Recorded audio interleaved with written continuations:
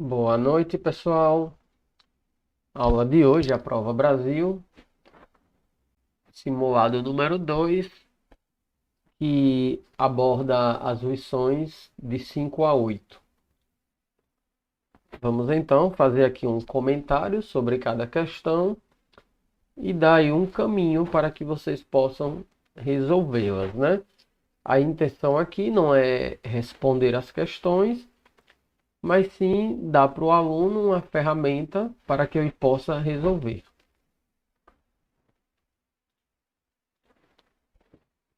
Vamos então aqui com a questão número 1.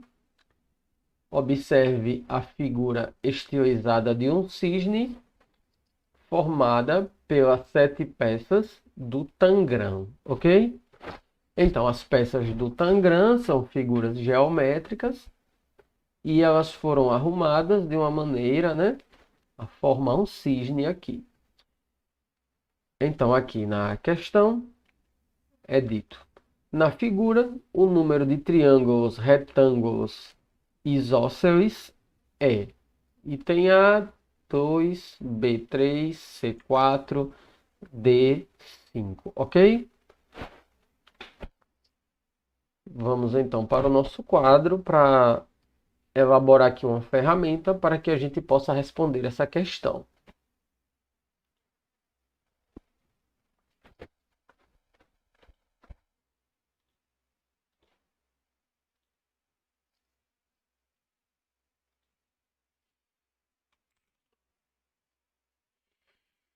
Pois bem, o que é um triângulo retângulo? Um triângulo retângulo é aquele triângulo que possui um ângulo reto. E o que é um triângulo isósceles? O triângulo isósceles é aquele triângulo que possui dois lados de mesma medida, ok? Então vamos desenhar aqui um triângulo. Os vértices dele serão A, B e C, ok? Então, se os lados AB e AC possuem a mesma medida, e AC possuem a mesma medida, esse triângulo ele é isósceles, tá bom? E como o ângulo A é reto, ou seja, a medida do ângulo A é igual a 90 graus, então esse triângulo ele é retângulo. Tá certo? Então, vocês vão buscar naquela figura os triângulos que possuem um ângulo reto. O que é o ângulo reto? É o ângulo que é formado por uma reta em pé e outra reta deitada. E dois lados de mesma medida. Se o triângulo possui dois lados de mesma medida e um ângulo reto, então ele é ao mesmo tempo retângulo e isósceles. Tá bom?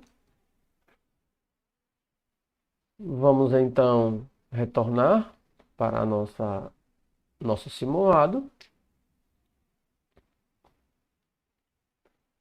E vamos trabalhar agora a segunda questão. Imagine a figura de um triângulo com os vértices ABC. As medidas dos ângulos internos A e B são respectivamente 35 e 45. Considerando as medidas dos ângulos internos A e B, calcule a medida do ângulo interno C. O triângulo acima pode ser classificado como item A, retângulo e escaleno, item B, obtusângulo e isósceles, item C, obtusângulo e escaleno, ou item D, acutângulo e equilátero, ok? Vamos então imaginar aqui uma ferramenta para resolver essa questão aqui.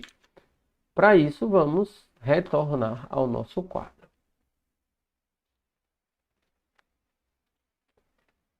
Bem, como a intenção aqui não é responder a questão, eu vou, eu vou dar um caminho para vocês, só que usando um triângulo diferente, ok? Vamos supor que eu tenho um triângulo qualquer e um ângulo dele mede, vamos dizer assim, 70. E o outro ângulo mede, vamos supor, 40, tá bom? Vamos então determinar a medida do outro lado, 70 graus e 40 graus. Vamos então determinar a medida do outro ângulo. Vamos marcar aqui os vértices A, B e C, ok? Vamos marcar aqui os vértices. Em um triângulo, as medidas dos seus ângulos internos, se somadas, são iguais a 180 graus. Então, a medida de A, do ângulo A, mais a medida do ângulo B, mais a medida do ângulo C, é igual a 180 graus. Tá bom? Medida do ângulo A é 40 graus. Aqui, ó. Medida do ângulo B eu não sei qual é. Eu quero determinar, tá bom? E por último, a medida do ângulo C é 70 graus. Aqui, ó. Pronto. Quando soma tudo isso, dá 180 graus. 40 mais 70, eu posso somar aqui, né? Porque a soma ela é uma operação comutativa, né? Então, tanto faz a ordem das somas. Eu posso somar 40 mais 70, que vai dar 110, né? 110 mais a medida do ângulo B é igual a 180 graus, tá bom? Agora eu posso pegar esse 110, que está positivo, no primeiro membro, e posso jogar ele lá para o segundo membro, né? Então, a medida de B vai ser 180 menos 110, que vai dar 70 graus. Então, B mede 70 graus. Eu vou marcar aqui de vermelho, porque eu calculei isso aqui, né? Ok? Então, gente, foi perguntado lá se o triângulo era acutângulo, se ele era obtusângulo, né? Opa,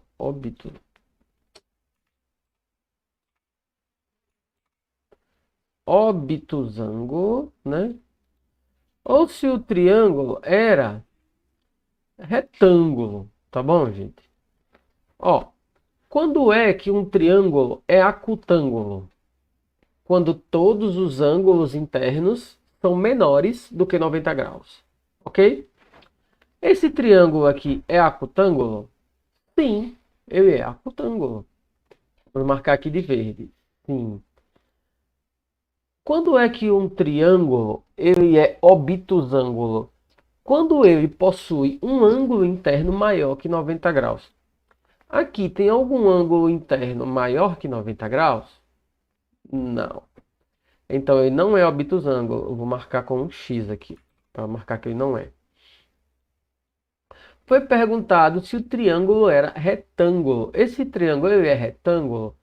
Para ele ser retângulo, ele tem que ter pelo menos um ângulo interno igual a 90 graus. Aqui tem algum ângulo interno igual a 90 graus? Não. Então, X. Esse triângulo ele é acutângulo. Foi perguntado também se o triângulo era isósceles ou se ele era escaleno. Teve mais alguma pergunta? Deixa eu ver se teve. Vamos voltar aos slides.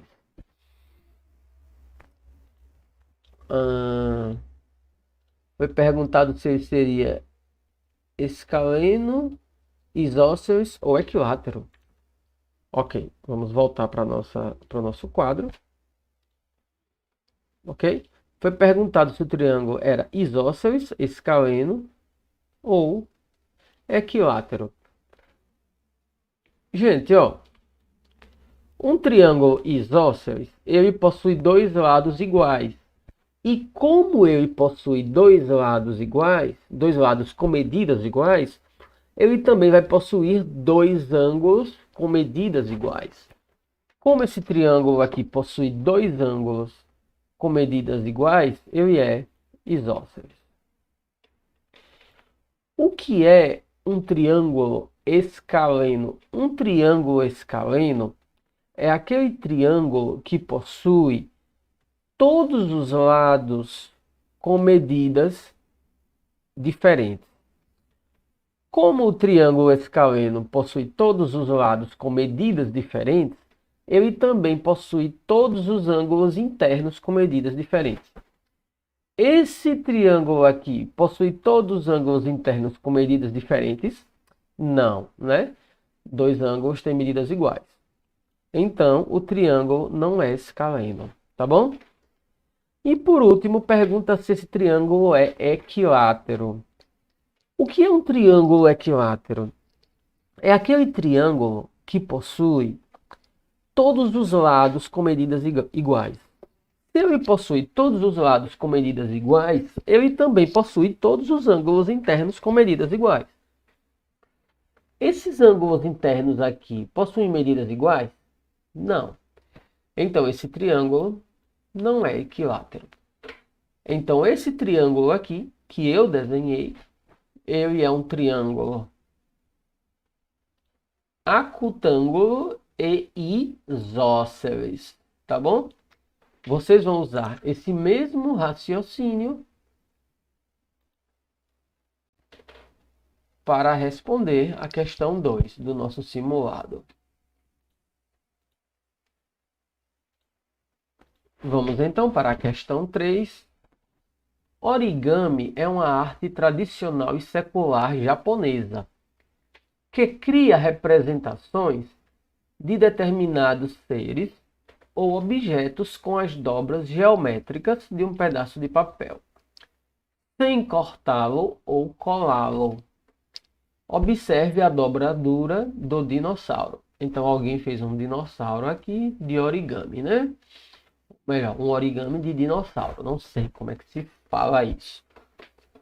Eu suponho que seja um origami de dinossauro. Ou melhor, um dinossauro de origami. Ou a mesma coisa, né? Mas a nossa pergunta é: a parte da figura identificada pela letra X tem o formato de 1. Item A, losango. Item B, paralelogramo. Item C, retângulo. Item D, trapézio, né? Então vamos tentar destrinchar isso aqui.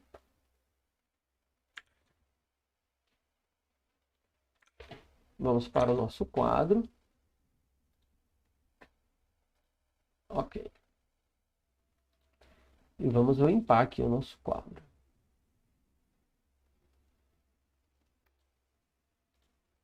Então, lá foi falado em paralelogramo, trapézio,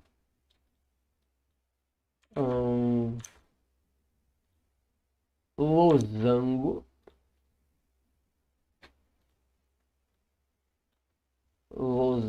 e retângulo. Tá bom?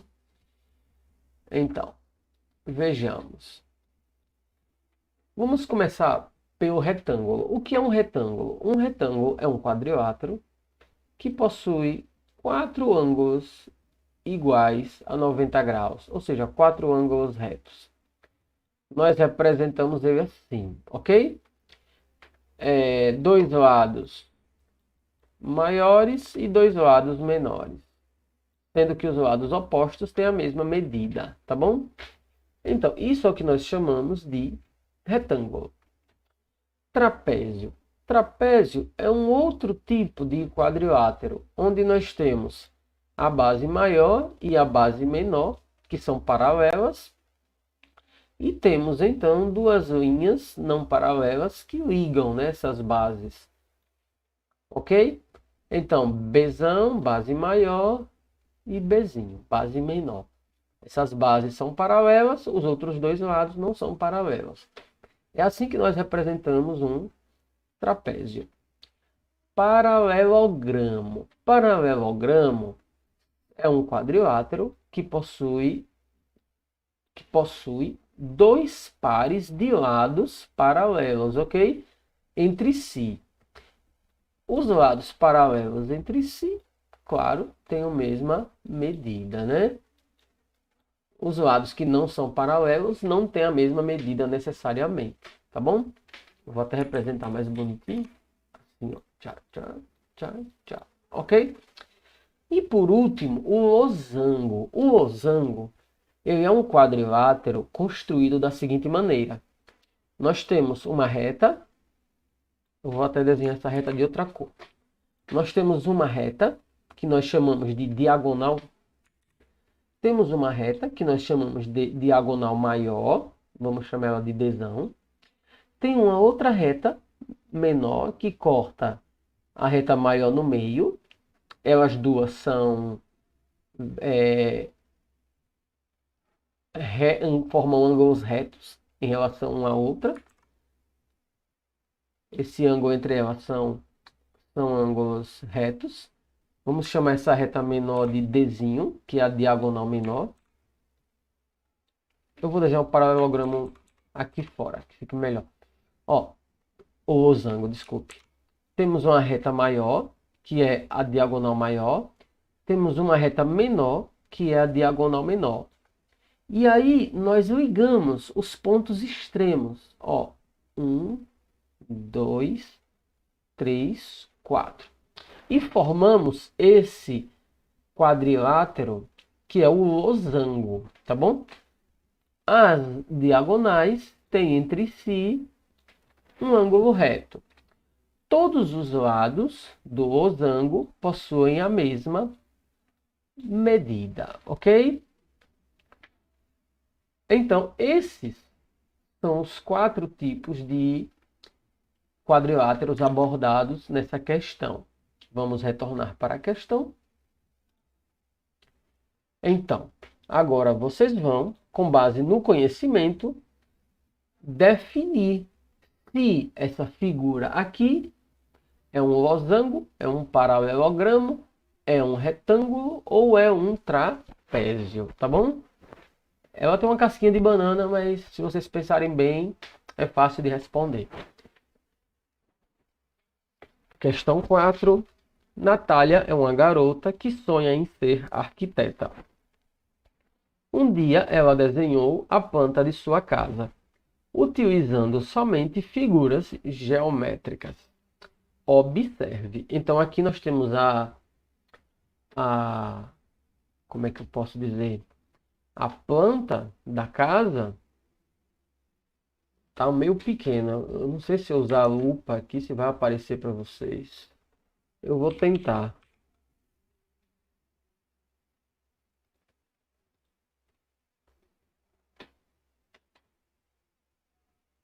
Meu Deus.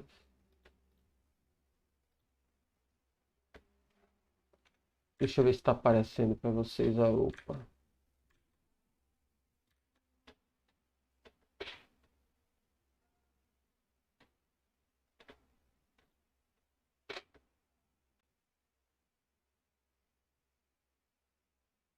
Não, não está. Então eu vou voltar. Vai ter que ficar pequeno mesmo.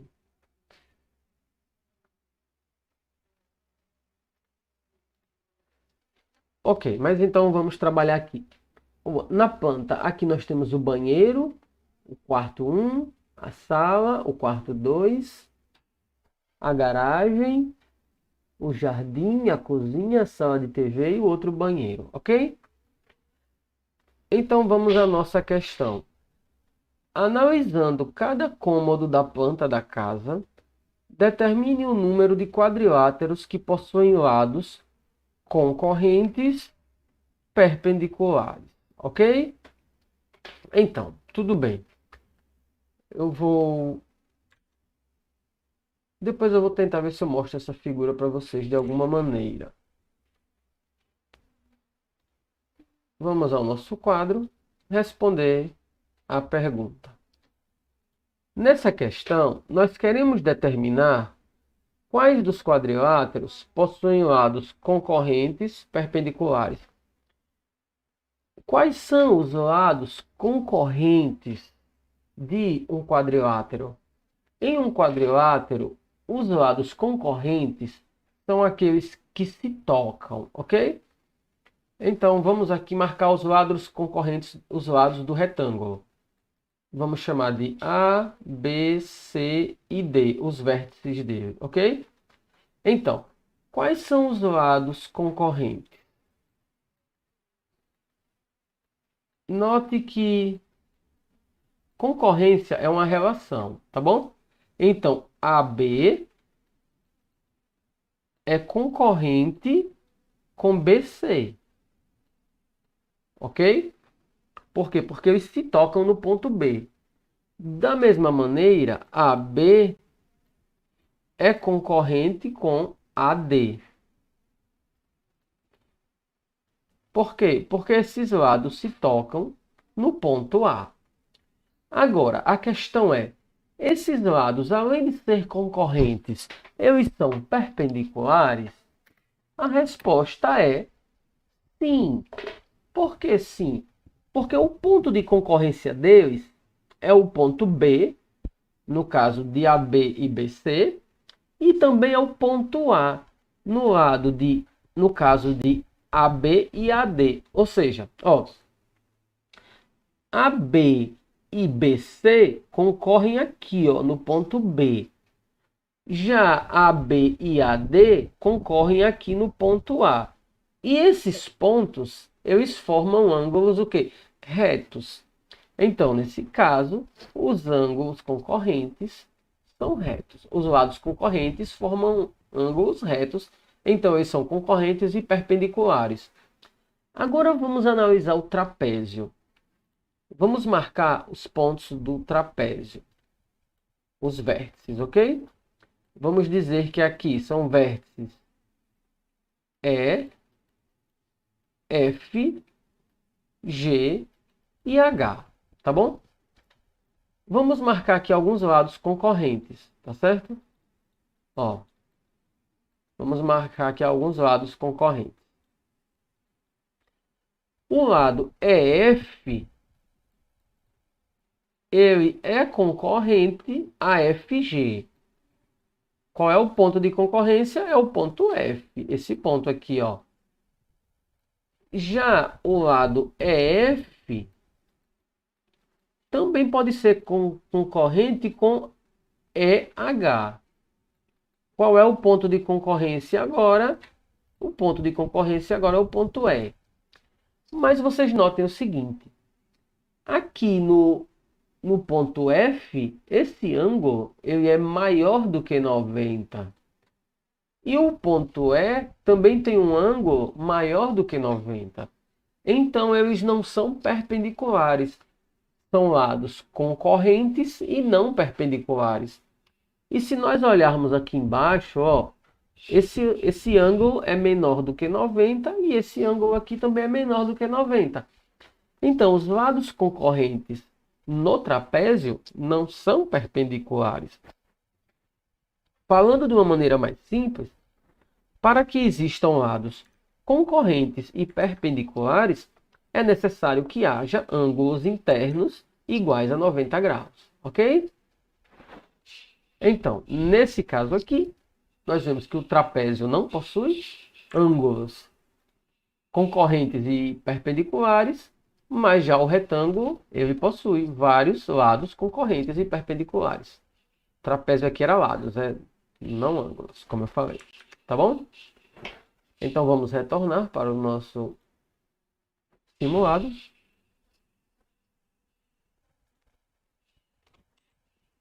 E vamos para a questão 5. Questão 5. Observe a reta numérica. Temos aqui uma reta numérica. Sabendo que os números raiz de 2 e raiz de 5 são irracionais e podem ser aproximados, respectivamente, por 1,4 e 2,2, quais são as letras que indicam aproximadamente a posição desses números sobre a reta numérica. Ok? Então, ele já deu aqui a forma decimal. Você apenas vai dizer qual é o número, a letra que se aproxima, né?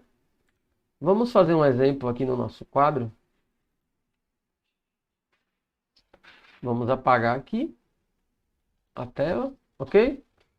Vamos fazer uma reta numérica. Vamos começar aqui do 0. Vamos marcar o 1 e vamos marcar o 2. Vamos dividir cada segmento em 4 partes iguais. Ó. Então, aqui é 0,25, aqui é 0,5, aqui é 0,75, aqui é 1,25, aqui é 1,5, aqui é 1,75. Então, se eu quiser saber onde é que está o ponto 0,8. Então, eu tenho aqui, por exemplo, o ponto A e eu tenho aqui o ponto B.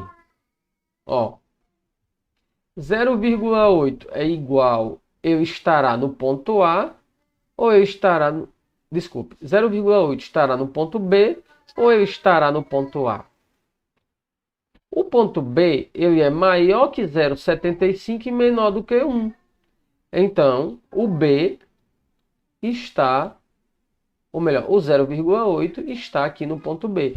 Ele não poderia estar no ponto A, porque o ponto A é maior que 1,75 e menor do que 2. E 8 não é maior do que 1,75, entendeu? Então 0,8, desculpe, ele nunca poderia estar aqui no ponto A. Ele tem que estar aqui no ponto B. Nesse intervalo aqui, ó. Nesse intervalo aqui entre essas retas. Porque 0,8 é maior que 0,75 e é menor do que 1. Ok, gente? Vocês vão fazer semelhante e vão responder essa questão. Retornando para o nosso simulado. Questão 6. Observe a reta numérica. Temos aqui uma reta numérica, ok? As letras A e B representam, aproximada e respectivamente, os números racionais. Então, queremos saber, né? As letras A representam que número e B. É a mesma coisa, né? Aqui nós temos 0,5, aqui nós temos 1. Esse intervalo está dividido em 1, 2, 3, 4, 5 partes iguais. Então, cada parte dessa representa 0,1, né? Então, aqui vai ser 0,5, 0,6, 0,7. E aí vocês vão fazer isso para determinar qual é o valor de A e qual é o valor de B, ok? Item 7. Um navio cargueiro completamente carregado de contêineres chegou a um porto e desembarcou em 2 dias. 657 contêineres. E ainda lhe restavam 34 para desembarcar no 3º dia. Considerando o descrito, indique a alternativa que apresenta a quantidade de contêineres transportada pelo navio quando chegou ao porto. Ok? Então vamos fazer aqui uma reflexão, né? Ó, quando o navio chegou, ele estava completamente carregado, ou seja, ele estava cheio. Então ele desembarcou em 2 dias 657 contêineres e ainda restavam 343, certo? Então ele quer saber quantos tinham quando ele chegou ao porto. Vamos ao quadro rapidamente responder uma questão similar a essa.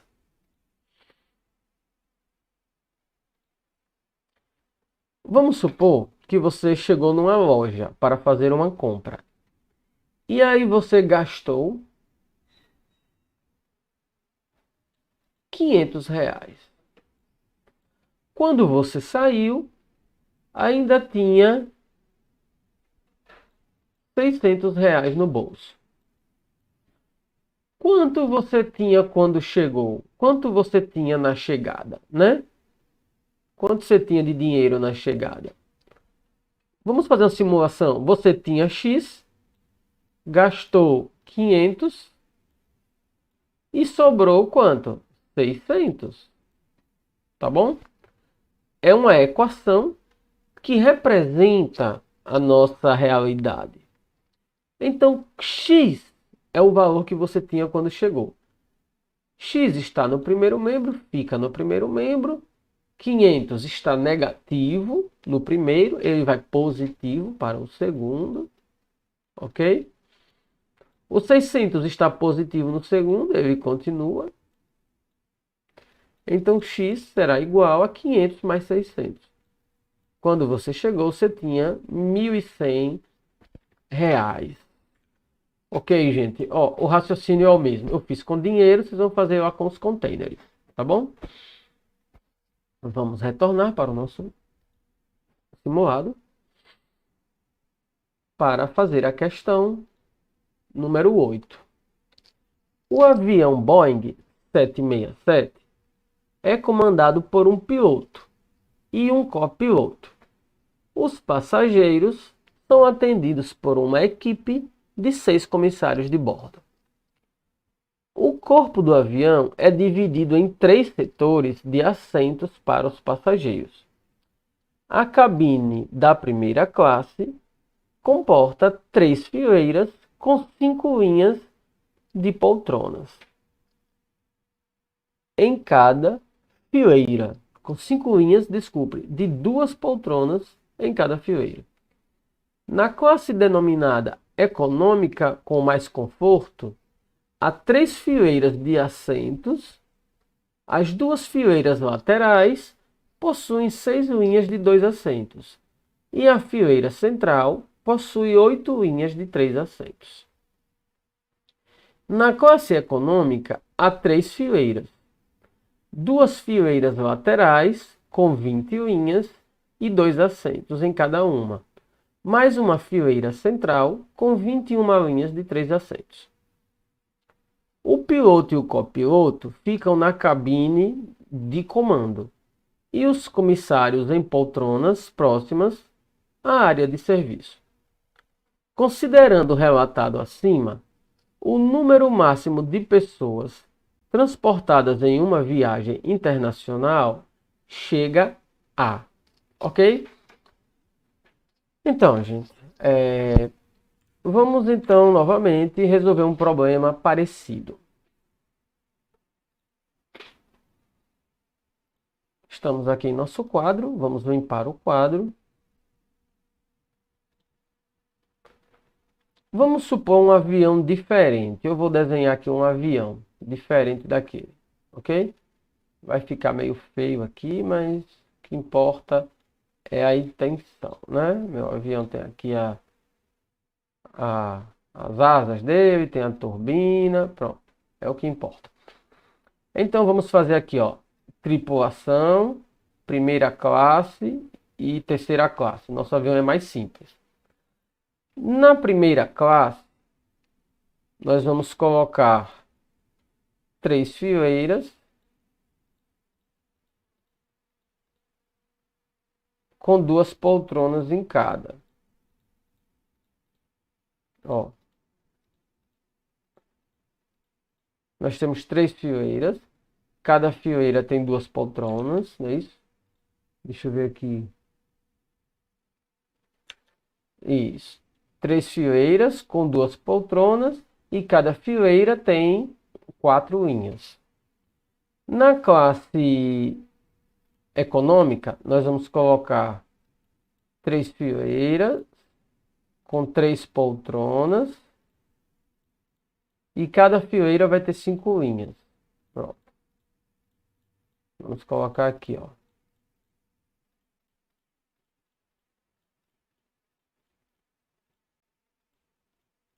E a nossa tripulação vai ser acomodada em duas fileiras. Cada fileira... Não, não ficou bom. Deixa eu colocar de outra maneira. Duas fileiras. Cada fileira com duas poltronas e 3 linhas. Pronto. Então, como nós vamos determinar? Vocês vão fazer o seguinte, ó. Vamos supor aqui a classe econômica. A classe econômica tem 3 fileiras, né? 3 fileiras. Cada fileira, eu vou separar aqui as fileiras, ó. 3 fileiras, uma, duas, 3 fileiras. Cada fileira tem, vamos colocar as linhas aqui assim, ó. Imagine um xadrez, entendeu? Ó, fila 1, fila 2, fila 3. São 3 fileiras. Cada fileira tem linha 1, linha 2, linha 3, linha 4, linha 5. 5 linhas, né? E em cada linha tem 3 poltronas. Então, esse é o número de passageiros na classe econômica. 3 fileiras, 5 linhas, 3 poltronas. Agora que a gente já aprendeu o raciocínio, na classe, na classe econômica, na primeira classe, né? Na primeira classe, botar assim, primeira classe, nós temos 3 fileiras. Cada fileira tem 4 linhas e cada linha tem 2 poltronas. E na tripulação, vamos colocar aqui tripulação, nós temos 2 fileiras. Cada fileira tem 3 linhas e cada linha tem 2 poltronas, ok? Então, quando nós somarmos tudo isso aqui, ó, vai dar o resultado do número de passageiros. 3 vezes 3, 6. 6 vezes 5, 30. Tem 30 pessoas na econômica. 3 vezes 2, 6. 6 vezes 4, 24. Tem 24 pessoas na executiva. E 2 vezes 2, 4. 4 vezes 3, 12. 12 pessoas da tripulação. Quando eu somar isso aqui, vai dar 6, 6, né? O meu avião tem 66 passageiros, ok? É isso que vocês vão fazer. Multiplicar o número de linhas pelo número de fileiras e pelo número de poltronas. Ok? Vamos então para a próxima questão do simulado. Questão 9. Isabel está guardando dinheiro para comprar um tênis de R$ 150. Ela já tem 2 cédulas de R$ 50 e um cofrinho 22 reais e 25 centavos em moedas. Tendo 25 moedas de 50 centavos, 11 moedas de 25 centavos e algumas moedas de R$ 1. O número de moedas de R$ 1 que Isabel tem no cofrinho e o valor que ela falta para comprar o tênis desejado são, ok? Então, gente, isso aqui é uma coisa muito... Eu não vou dizer que é uma coisa muito simples, mas é uma questão que cai muito. Vamos então fazer uma coisa parecida. Vamos limpar a tela. Vamos fazer um problema parecido. Vamos supor que eu quero comprar uma TV. E essa TV custa R$ 1.500.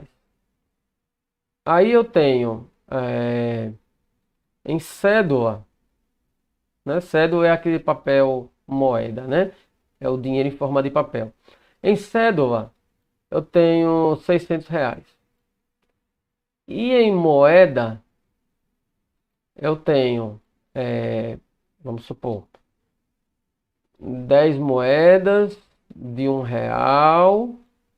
Tenho 20 moedas de 50 centavos. Tenho 30 moedas de 25 centavos. E tenho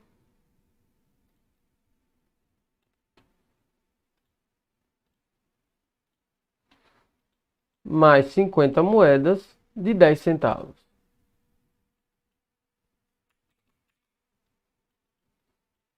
Então, quanto falta para eu poder comprar a minha TV?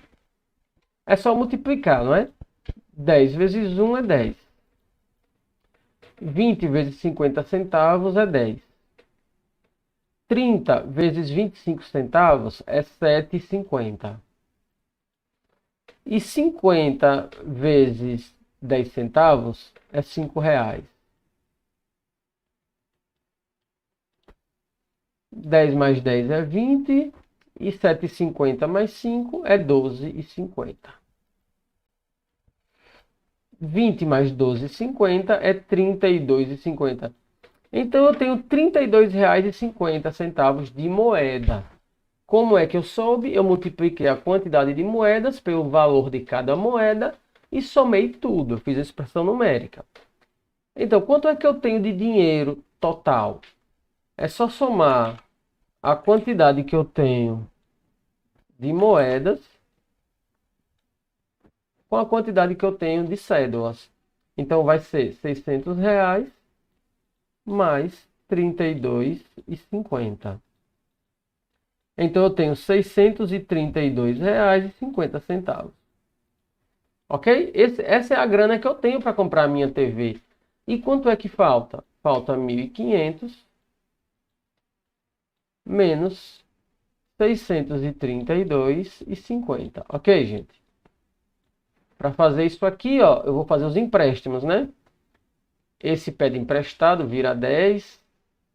Esse pede emprestado e empresta depois, vira 9.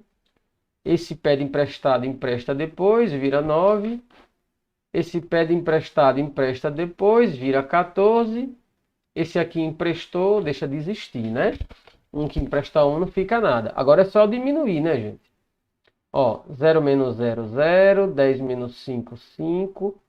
9 menos 2, 7. 9 menos 3, 6. 14 menos 6, 8. Falta R$ 867,50 para eu comprar minha TV. Vocês vão responder a questão de forma similar, né? Só vai mudar os valores, mas o raciocínio é o mesmo. Vamos voltar à nossa atividade. Resolvemos as 9 primeiras questões. Tem mais 3 questões aqui. Como já faz 45 minutos que a aula começou, eu vou fazer uma pausa rapidinho, ok?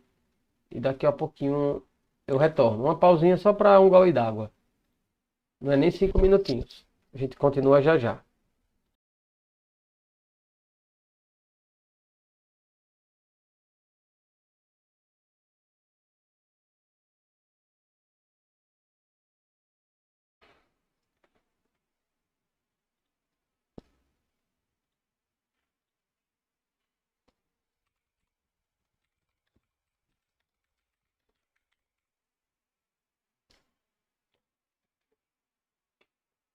Pois bem.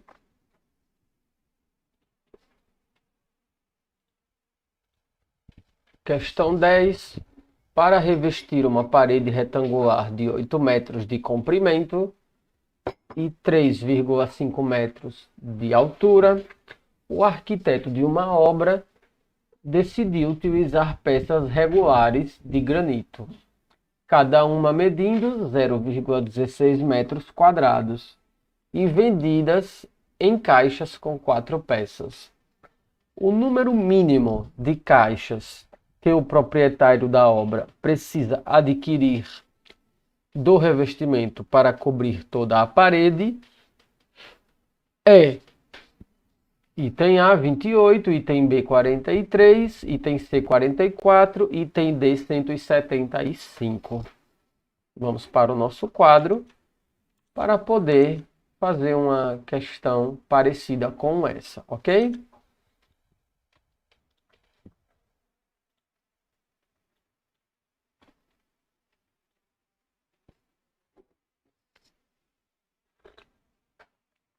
O que acontece lá é que existe uma parede. Essa parede tem um formato retangular. O meu ficou quadrado, então deixa eu fazer diferente. Essa parede tem um formato retangular. Vamos fazer aqui uma parede de 7 metros por 3 metros. Para facilitar nossas contas, ok? O objetivo aqui não é fazer conta, é aprender a forma de resolver o problema.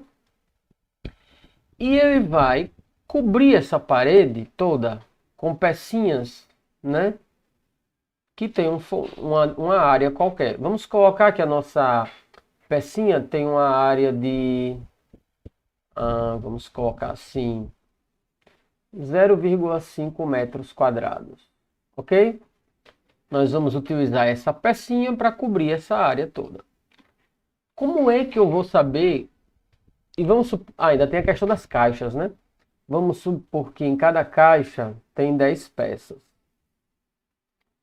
Então, como é que eu vou saber quantas caixas eu preciso comprar, né, para preencher tudo isso aí? Meu Deus.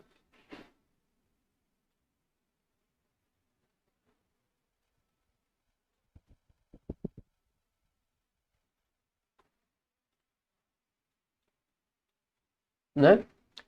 Nós vamos fazer o seguinte, o primeiro passo é calcular a área do muro. Então, a área do muro, vamos chamar de AM, vai ser 3, que é a altura, multiplicado por 7, que é o comprimento. Então, a área do meu muro é de 21 metros quadrados, ok? Uma vez que a gente fez a área do nosso muro, nós temos que saber quantas pecinhas nós vamos precisar. E para isso, vamos dividir a área do muro pela área das peças, ok? Então, o número de peças será 21 metros quadrados dividido por 0,5 metros quadrados. Gente, dividir pela metade é o mesmo que multiplicar por 2. Ah, como é que eu tenho certeza que é isso? Né? Vamos pensar o seguinte. 21 metros quadrados dividido por 0,5. Não é isso? Não é isso? A fração não é uma divisão? Então, quanto é 0,5? 21 metros quadrados dividido por 5 décimos. Como é que divide número por fração? A gente multiplica, né? Multiplica pelo inverso. O de baixo vai para cima e o de cima vai para baixo. Então, é 21 vezes 10 quintos. 21 vezes 10 dividido por 5 é 2, né? Agora vamos supor que a gente não... Vamos fazer esse produto como fração mesmo. 21 vezes 10 dá 210. 210 dividido por 5. Isso aqui vai dar 4, né? E 5, né? Deixa eu ver se é isso mesmo. 20 dividido por 5 é 4. 10 dividido por 5 é 2. 42. 42 peças, né? Então, nós vamos precisar de 42 peças. Ó. Vamos precisar de 42 peças. Só que eu não quero saber o número de peças, eu quero saber o número de caixas, né? Então, para eu saber o número de caixas, vou fazer assim, número de caixas, eu vou dividir a quantidade de peças, 42, pela quantidade de peças que tem em cada caixa, que é 10. Então, 42 peças dividido por 10 peças, que é a quantidade de peças que tem em cada caixa, vai dar 4,2. Então, eu tenho que comprar 4,2 caixas. Só que como eu não posso comprar 4,2 caixas, eu vou ter que comprar, né, no mínimo 5 caixas, tá bom? Então, esse é o raciocínio que vocês vão fazer para responder essa questão. Vamos retornar então para o nosso simulado.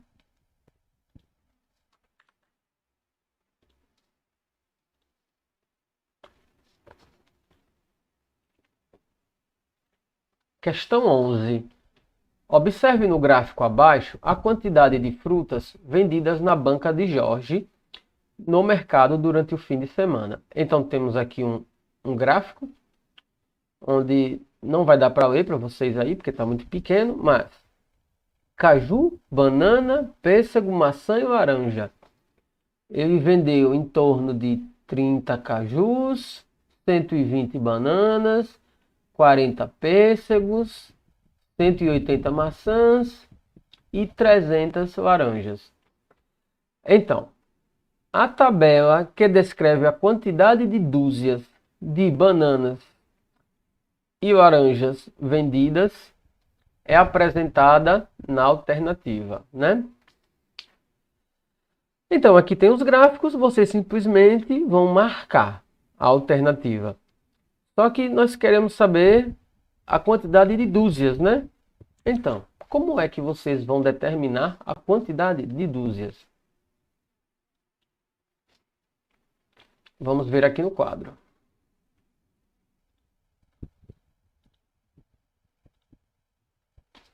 Vamos simular aqui os valores. Vamos supor que fossem 500 bananas. Vamos supor que fossem 800 cajus. E vamos supor que fossem 1000 laranjas. Ok?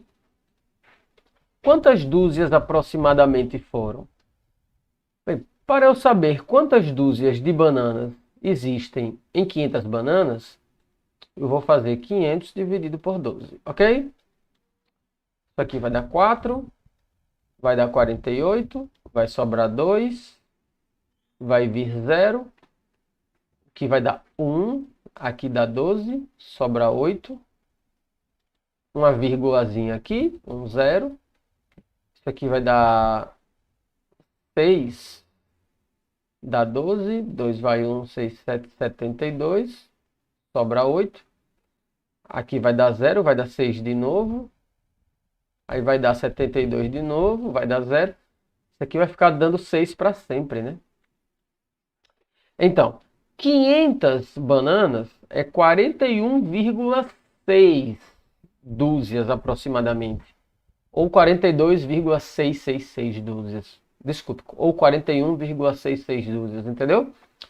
O mesmo vai ser feito para os cajus. Vamos colocar aqui, ó, aproximadamente 41,6. Vamos apagar aqui essa continha. Vamos fazer agora para os cajus, né? Ó, os cajus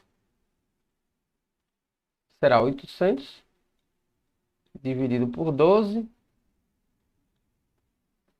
Aqui vai dar 6. Aqui vai dar 72. Sobra 8. Não é verdade? Baixa esse 8 aqui. Vai dar 6 de novo. Vai dar 72 de novo. Sobra 8. Bota uma vírgulazinha. Dá um 0. Vem um 6 de novo. Vai dar 72. Sobra 8. E vai ficar nessa para sempre, né? Então, são aproximadamente 66,6 dúzias de cajus, ok? Então, é isso que vocês vão fazer, gente. E depois é só marcar lá na tabela que tiver de acordo, ok?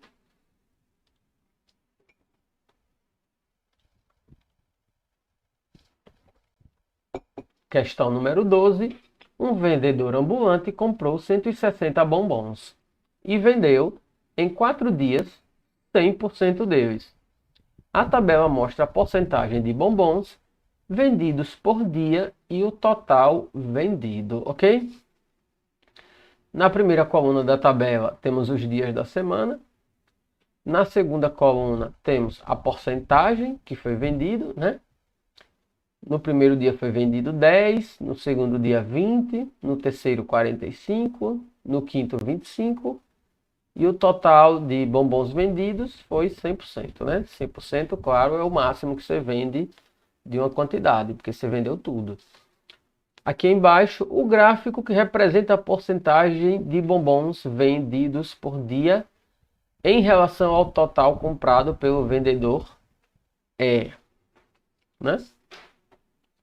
Então, vocês vão acompanhar aqui, ó. Cada coluna dessa tem o nome do dia e a altura da coluna indica a porcentagem, né? Eu vou fazer um gráfico só para a gente não passar em branco.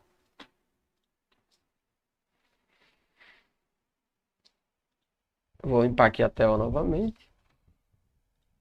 Vamos fazer aqui a nossa tabela, né? Ó, segunda, terça, quarta e quinta, né?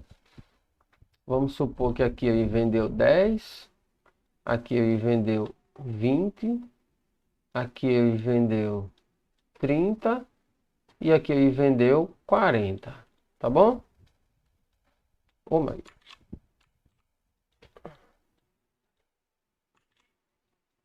Qual é o gráfico que representa isso aqui, ó?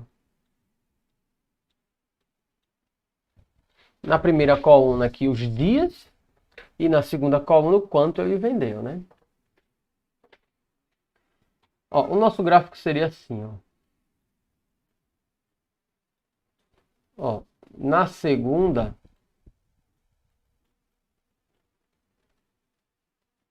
dez.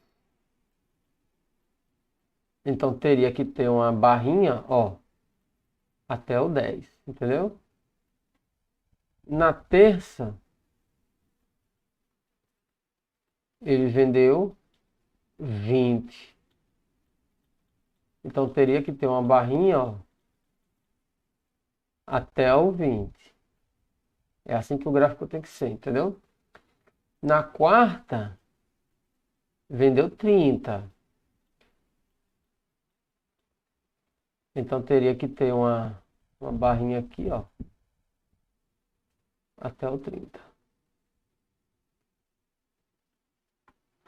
E na quinta, opa, quinta é aqui, vou ter que apagar.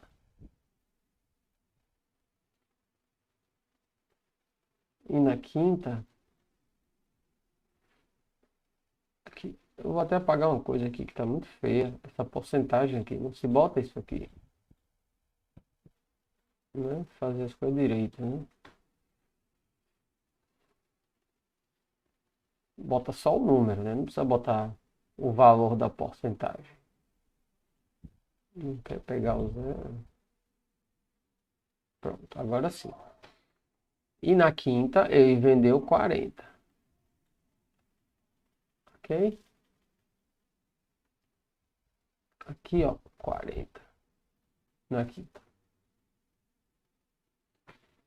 E aqui eu vou indicar que é a porcentagem, né? Então, gente, é assim que o gráfico tem que parecer, tá bom? Eu fiz com esses valores aqui. Lá na prova são outros valores, mas vocês adaptam aí a questão.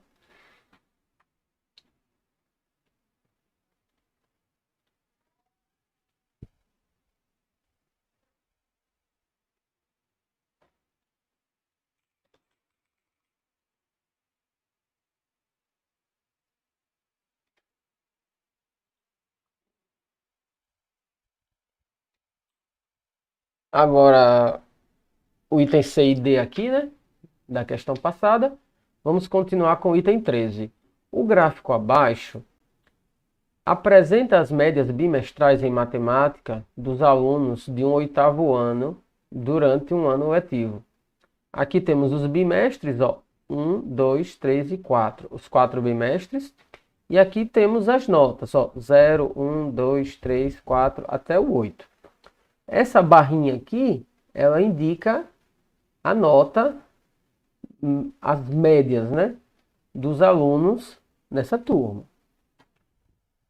A tabela que representa a situação descrita no gráfico é, tá bom?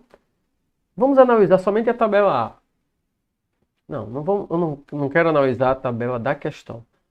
Vamos analisar aquela questão que eu fiz lá, ok? Vamos retornar. Vamos retornar aqui ao quadro. Eu vou fazer aqui uma... Já está no máximo. Fazer aqui uma outra tabela. Vamos supor que eu tenho aqui uma tabela que diz o seguinte: segunda, terça, quarta e quinta. Vamos supor que nessa tabela aqui diz o seguinte: que na segunda foi vendido 10%, na terça foi vendido 10%, na quarta foi vendido 40% e na quinta foi vendido 40%. Pronto. Então, será que essa tabela pode representar este gráfico? Como é que eu vejo? Eu venho aqui, ó, segunda-feira. Eu pego essa segunda-feira aqui, ó, e venho aqui. Segunda-feira, 10. Segunda-feira, 10. Bateu certinho, ok? Agora eu venho na terça. Terça-feira, 10. Quando eu chego aqui, ó, terça-feira, 20. Aqui tinha que ser 20. Então já não bateu, entendeu? Quarta-feira, 40. Quando eu venho quarta-feira aqui, quarta-feira, aqui é 30. Então já não bateu. 30. Quando eu venho na quinta, quinta-feira, 40. Ó, vem até aqui, ó. Aí quinta-feira aqui, 40. Bateu, ok. Então, essa tabela aqui bateu 2 dados com esse gráfico.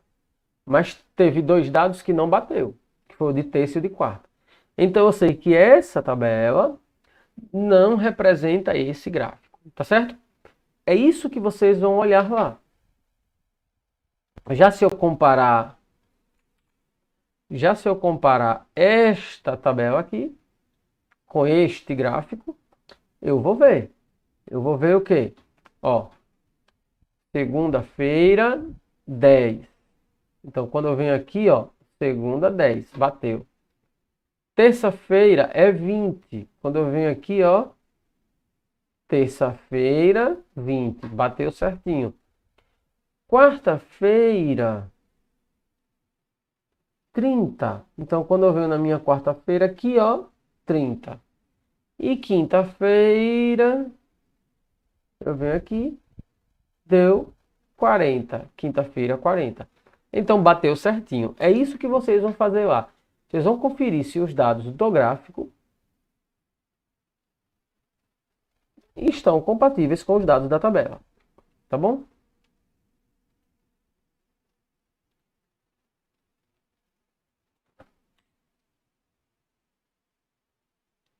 Bem, a nossa aula, eu fiz uma pausa porque achei que ainda tinha muita questão, mas já estava no finzinho, né?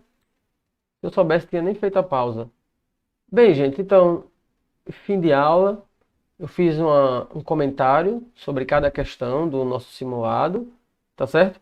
Eu vou deixar um resumo dessa aula no YouTube pra gente, na nossa playlist.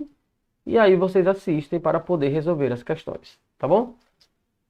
Então, fim de aula, pessoal. Por hoje é só. Tenha uma boa noite.